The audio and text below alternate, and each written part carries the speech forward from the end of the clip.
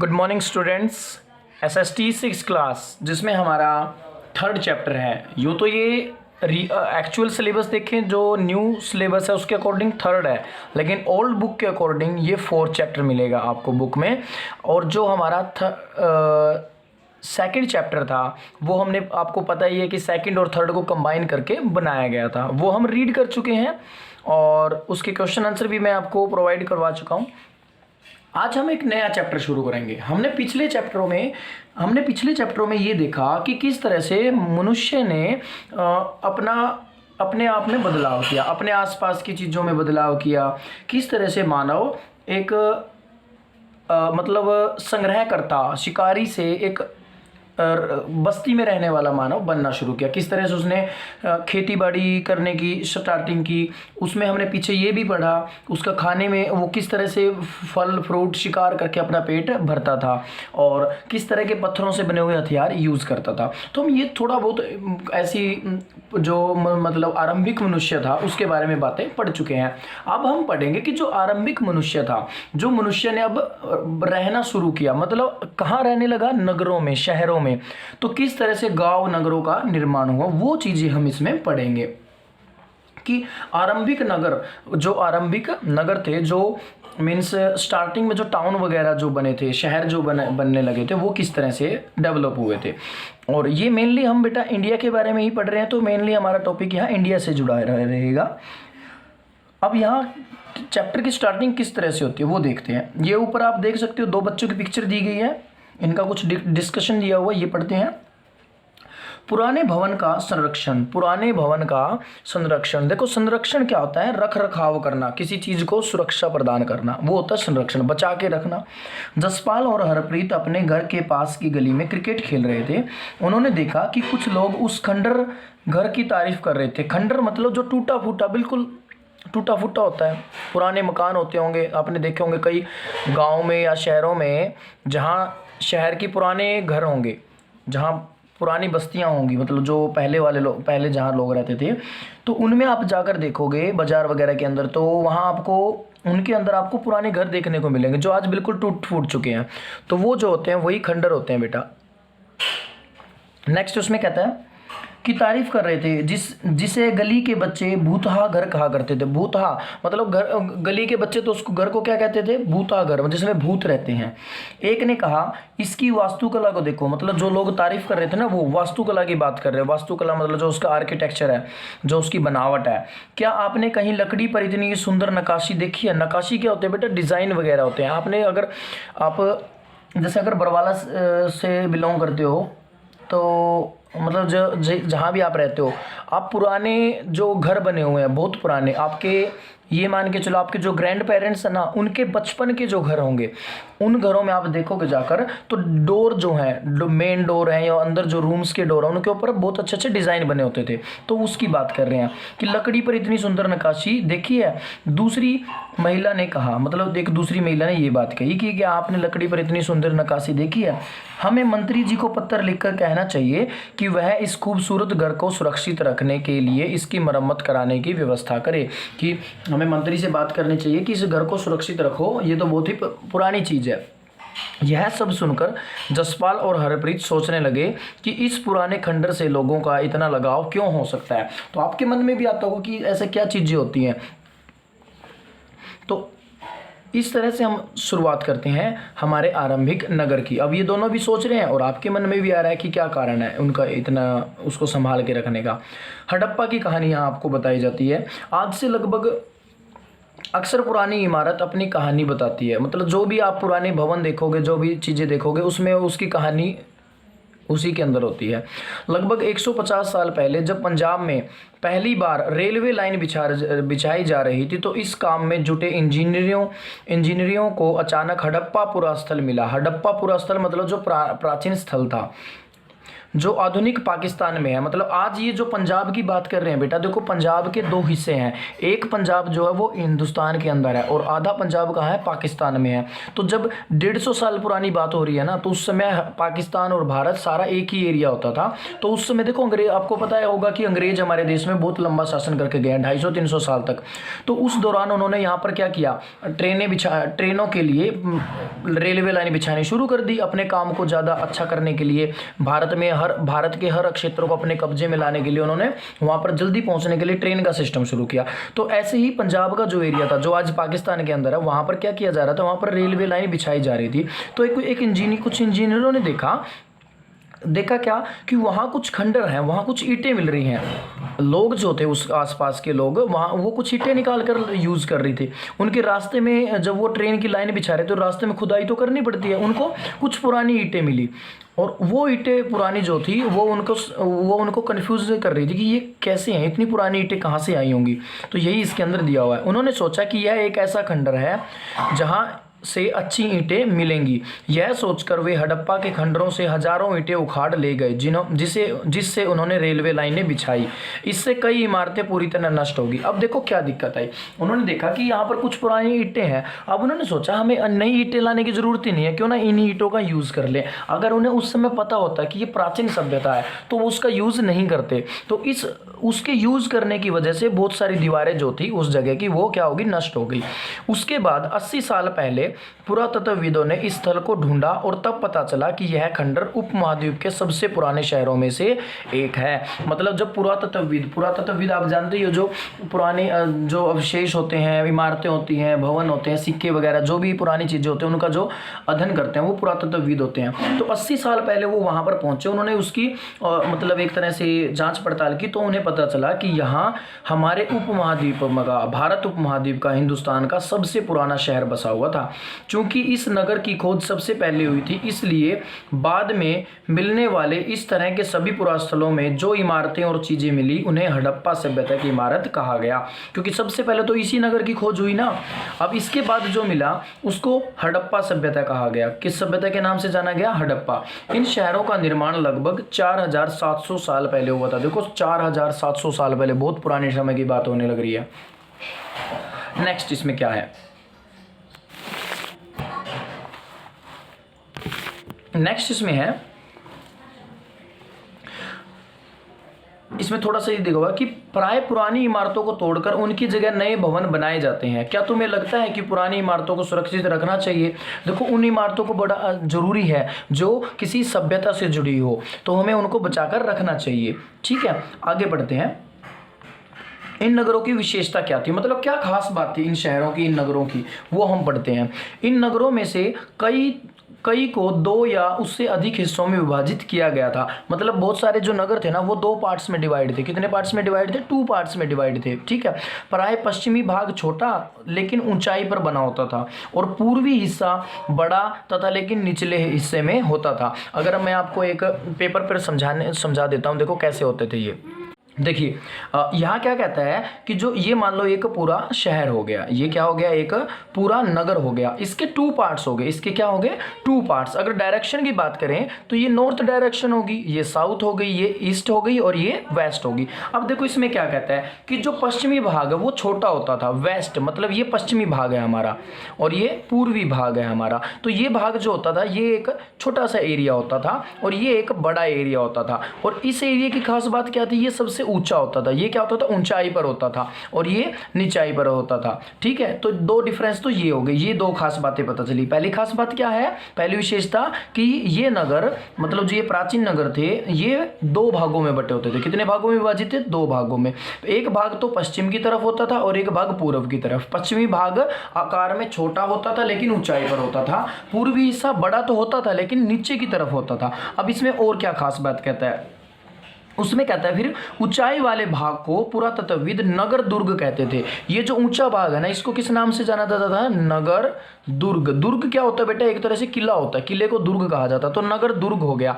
और निचले हिस्से को क्या कहते थे? निचला नगर। क्या कहते हैं इसको? निचला नगर। देखो इसको क्या कहा गया है? ये तो निचला नगर हो गया। और ये क्या हो गया? ये हमारा ये हमारा कौन सा हो गया, नगर दुर्ग हो गया। ठीक है, इन दोनों हिस्सों की चार दीवारी पक्की ईंटों की जाती थी। अब ये जो हिस्से होते थे इनकी चार दीवारी भी की होती थी, मतलब ये एक इसकी एक अलग बाउंड्री होती थी, इनकी एक अलग तरह से बाउंड्री होती थी, ये बताई गई है। और इसकी ईंटें इतनी अच्छी थी कि हजारों साल बाद आज तक इनकी दीवारें खड़ी है। मतलब अगर आज भी आप इन जगहों पर जाके देखोगे ना तो उनके अवशेष आपको ज़्यादा अच्छे मिलेंगे, ईंटें आज भी अच्छी कंडीशन में देखने को मिल जाएंगी। उसके बाद कहता है दीवार बनाने के लिए ईंटों की चिनाई इस तरह करते थे जिससे कि दीवारें खूब मजबूत होती थी। मतलब ये दीवार जो बनती थी इस तरीके से बनाई जाती थी कि दीवार बहुत मजबूत हो जाए। देखो मजबूत बनाने के लिए ही तो इनको इतना मतलब आज तक खड़ी हैं, ज़्यादा मजबूत बनाई गई हैं, तभी तो आज हमें देखने को मिल रही हैं। उसके बाद क्या कहता है, कुछ नगरों के, देखो मैं यहाँ तक आपको उस पिक्चर के थ्रू आपको एक्सप्लेनेशन दे चुका हूँ। उसके आगे देखो क्या है, उसके आगे कहता है कुछ नगरों के नगर दुर्ग में कुछ खास इमारतें बनाई गई थी। मिसाल के तौर पर मोहनजोदड़ो में खास तालाब बनाया गया था जिसे पुरातत्वविदों ने महान स्नानघर कहा गया है। इस तालाब को बनाने में ईंट और प्लास्टर का उपयोग किया गया है। प्लास्टर मतलब जैसे हम सीमेंट वगैरह, सीमेंट की तरह का जो होता है।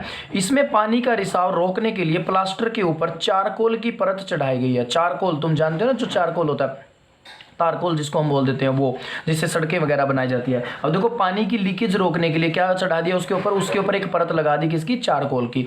इस सरोवर में दो तरफ से उतरने के लिए सीढ़ियां बनाई गई थी और चारों ओर कमरे बनाए गए थे।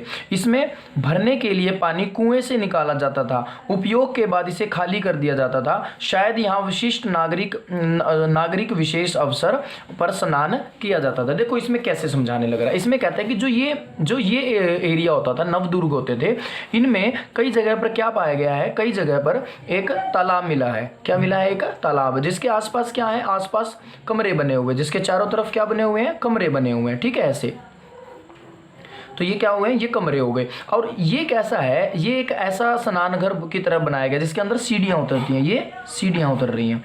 ठीक है, आप कई बार देखो बहुत सारी मूवीज देखते हो जो पुराने समय से जुड़ी हो या किसी तरह की भी, आप उनमें ये चीज़ें अच्छे से देख सकते हो। कई सीरियल्स में भी ऐसा आता है, घाट वगैरह दिखाए जाते हैं। या कभी आप वहाँ गए हो, कुरुक्षेत्र में गए हो, तो आपने ब्रह्म सरोवर देखो, कुछ इस टाइप का सीन क्रिएट होता है यहाँ पे, तो वो बनाए गए हैं। ठीक है, इसके अंदर जो पानी है, पानी स्टोर किया जाता है कहाँ से, कुएं से, और पानी को निकालने का रास्ता भी बनाया गया। देखो पानी की निकासी का रास्ता भी बनाया गया है इसके अंदर, इतना अच्छा डेवलपमेंट सिस्टम बनाया गया है। ठीक है, तो ये यहाँ पर कहना चाहता है, मोहनजोदड़ो के अंदर ये चीज़ें थी। उसके बाद क्या कहता है, और ये किस लिए यूज़ किया जाता था मेनली, ये माना जाता है, देखो हमें कोई आज बताने वाला नहीं है कि ये किस लिए होगा, लेकिन अंदाज़ा लगाया जाता है कि ये कोई धार्मिक अनुष्ठान, धर्म से जुड़े हुए कोई बड़ा कोई प्रोग्राम, कोई उत्सव मनाया जाता होगा, तब लोग यहाँ स्नान करने के लिए इकट्ठा होते होंगे। ठीक है, तो आप ये इस तरह से समझ सकते हैं। नेक्स्ट इसमें कहता है कालीबंगा और लोथल जैसे अन्य नगरों में अग्निकुंड मिले हैं। अग्निकुंड मतलब एक, जैसे आपने हवन करते हैं ना, देखा होगा आपने, हवन करते हैं तो हवन एक छोटा सा हम तो घर पे हवन वगैरह करते हैं तसले वगैरह में या किसी उसमें, या फिर स्पेशल एक कुंड आता है छोटा सा। तो कालीबंगा जो स्थान है और जो लोथल जगह है वहाँ पर क्या मिले हैं, अग्निकुंड मिले हैं, जहाँ संभवतः यज्ञ किए जाते होंगे। यहाँ पर अंदाजा लगाया जा रहा है कि यहाँ पर क्या किए जाते थे, यज्ञ। हड़प्पा, मोहनजोदारो और लोथल जैसे कुछ नगरों में बड़े बड़े भंडार गृह मिले हैं। भंडार गृह का मतलब क्या होता है, स्टोर रूम, जैसे हमारे घरों में होते हैं, हम अनाज वगैरह स्टोर करते हैं टैंकी में, लेकिन कई जगहों पर स्टोर रूम दिखाए गए हैं। स्टोर रूम का मतलब जहाँ पे अनाज वगैरह रख दिया, और घर की ऐसी चीज़ें जिनको थोड़ी सुरक्षित रूप से रखना है, बचा कर रखना, तो वो इसमें रखी जाती थी। तो मोहनजोदड़ो है, हड़प्पा है, लोथल है, यहाँ इन कुछ नगरों में हमें बड़े बड़े भंडार गृह भी मिले हैं। अब आप थोड़ा सा मैप में से समझने की कोशिश कीजिए। ये मैप दिया गया है आपको, ये पूरा का पूरा इंडिया का जो मतलब पश्चिमी भाग है ना, पश्चिमी वो हिस्सा दिया गया है। ये हड़प्पा वाली जगह है। ये कौन सी जगह है, हड़प्पा की। और ये राखीगढ़ी है। ये राखीगढ़ी आपको पता हो तो हिसार डिस्ट्रिक्ट के अंदर ही है, हमारे बरवाला शहर से थोड़ी सी ही आगे है। ठीक है, जब हम जींद जाते हैं, बरवाला से जब आप जींद जाते हो ना, तो उसके बाद वहाँ पर मतलब प्रॉपर उस पर तो नहीं आता, वहाँ से एक लिंक रोड जाता है इसकी तरफ। ठीक है, तो ये राखीगढ़ी हिसार के अंदर ही है, ये काफ़ी पुराना जगह है। तो ये भी हड़प्पा कालीन से जुड़ी हुई है। ये कालीबंगा आ गया, ये क्या आ गया, कालीबंगा स्थान आ गया। ये गंवेरी वाला आ गया। ये मोहनजोदारो है, ये मोहनजोदड़ो है। मोहनजोदड़ो वो जगह है जहाँ पर सबसे मतलब जो ये अवशेष वगैरह मिली है, जो स्नान गृह की बात की गई है। ये है सोतकाको, क्या है, सोतकाको। सोतकाको ये भी एक जगह है जो इसी सभ्यता से जुड़ी हुई है। उसके बाद धोलावीरा, ये धोलावीरा है। ये लोथल है, लोथल।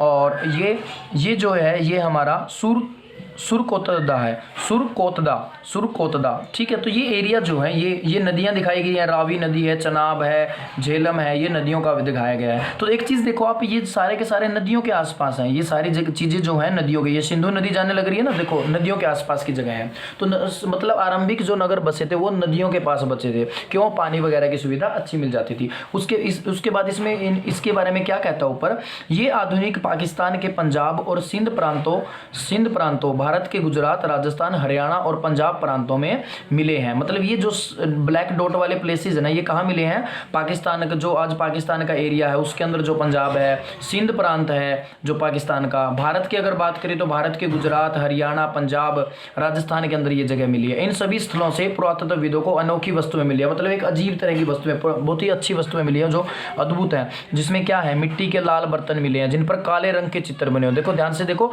मिट्टी के बर्तन तो लाल मिले हैं लेकिन चित्र कैसे हैं, काले हैं उनके ऊपर। पत्थर के बाट देखो, तुम दुकानदार से सामान लेने जाते हो, बाट क्या होते हैं मैं तुम्हें बता देता हूँ। बाट क्या है, दुकानदार से सामान लेने जाते हो और वहाँ क्या होता है, आजकल तो इलेक्ट्रिक, वहाँ पर तोलने के लिए इलेक्ट्रिक मशीन रखी होती है, उस पर तोल देते हैं। लेकिन कई दुकानदार होते हैं जिनके पास वो नहीं होता, वो क्या करते हैं, कांडा यूज़ करते हैं।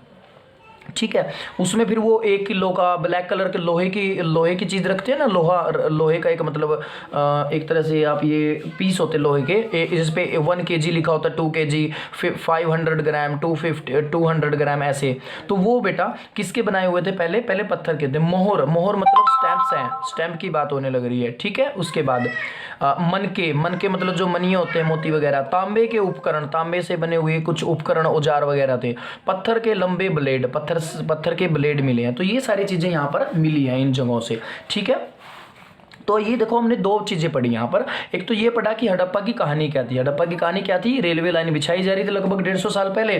तो वहाँ पर जो इंजीनियर वगैरह थे उनको क्या मिला, एक पूरा स्थल मिला, एक ऐसी जगह जहाँ पुरानी ईंटें थी। उन्होंने बहुत सारी ईंटों को निकाल कर क्या कर लिया, रेलवे लाइन में लगा दिया। फिर 80 साल बाद, कहते हैं कि 80 साल लगभग 80 साल पहले क्या पता चला कि यहाँ पर बहुत पुराना शहर था। ये सब बातें उसमें पता चली और पता चला कि यहाँ जो शहर था वो लगभग 4700 साल पहले था। ठीक है, उसके बाद हमने नगरों की विशेषता पढ़ी कि नगर किस तरह से 2 भागों में बटे हुए थे, पश्चिम और पूर्वी में बटे हुए थे। जो पश्चिमी भाग होता था वो ऊंचा होता था और पूर्वी भाग नीचा होता था। पश्चिमी भाग को नगर दुर्ग कहा जाता था, निचले भाग को निचला नगर कहा जाता था। और ये बात पढ़ी कि ये दोनों हिस्से क्या होते थे, इनकी 4 दीवारी जो थी वो इस तरह से बनाई गई थी कि दीवारें टूटे ना आसानी से। फिर हमने एक बात और पढ़ी कि जो मोहनजोदड़ो है वहाँ पर एक खास तरह का तालाब बनाया गया जिसको महान स्नानागार कहा गया है। तो जो ईंट और प्लास्टर से बना हुआ था। पानी की रिसाव के लिए चारकोल यूज़ किया गया और सरोवर के दोनों तरफ क्या थी, सीढ़ियाँ बनी हुई थी। दोनों तरफ क्या बनी हुई थी, सीढ़ियाँ। ठीक है, ये सारी बातें इसमें बताई गई हैं। और थोड़ा सा हमने कालीबंगा लोथल के बारे में पढ़ा कि यहाँ बड़े बड़े अग्निकुंड मिले हैं जहाँ पर यज्ञ वगैरह होते थे और कुछ भंडार गृह भी मिले हैं। तो ये था बेटा हमारा टॉपिक। देखो ये जो स्नानागार की बात हो रही थी, महान स्नानागार, देखो ये रहा। अब देखो यहाँ से सीढ़ियाँ हैं, यहाँ से सीढ़ियाँ हैं। ये इस तरफ जो ये दिख रहे हैं ना, जो तुम्हें अवशेष दिखाई दे रहे हैं, ये सारे के सारे कमरे वगैरह हैं। ठीक है, किसी प्रकार के कमरे बने होते थे। तो देखो कितना बड़ा स्नानागार बना हुआ है। ठीक है, इसके अंदर पानी भरा जाता था और फिर पानी निकालने की भी सुविधा थी। तो कितना मतलब एक तरह से डेवलपमेंट कह सकते हैं, पूरी अच्छी तकनीक यूज़ की गई है। एक चीज़ यहाँ पे है, हड़प्पा के नगरों में ईंटों की चिनाई। अब देखो ये जो ईंटें हैं ये इस तरह से चिनाई की गई है कि दीवारें बहुत मजबूत हैं। ठीक है, ये आप ये मत सोचना कि ये चिनाई कर रहा है, नहीं, ये तो इसकी मरम्मत वगैरह कर रहा है। ये हड़प्पा वाली वो नहीं है। ये व्यक्ति तो आज के मॉडर्न समय का ही है, हमारे टाइम का ही, लेकिन प्राचीन ये जो ईंटें हैं ये प्राचीन है। ठीक है, तो ऐसी बहुत सारी जगह हैं जहाँ पर ऐसे अवशेष मिले हुए हैं। तो ये था हमारा टॉपिक जो आपको रीड आउट यहाँ तक करना है। नेक्स्ट जो टॉपिक होगा वो हम पढ़ेंगे कि इनके अंदर जो भवन होते थे, नाले होते थे, सड़कें होते थे, वो किस तरह की होती थी, किस तरह के मकान बने होते थे, नालियाँ कैसे होती थी, सड़क कैसी होती थी, ये सारी चीज़ें हम इसमें पढ़ेंगे। उसके बाद जो हमारा टॉपिक रहेगा वो रहेगा नगरीय जीवन, कि नगरों में किस तरह लोग जीवन व्यतीत करते थे। तो आपको बेटा यहाँ तक एक बार रीडिंग करनी है। Thank you, have a good day.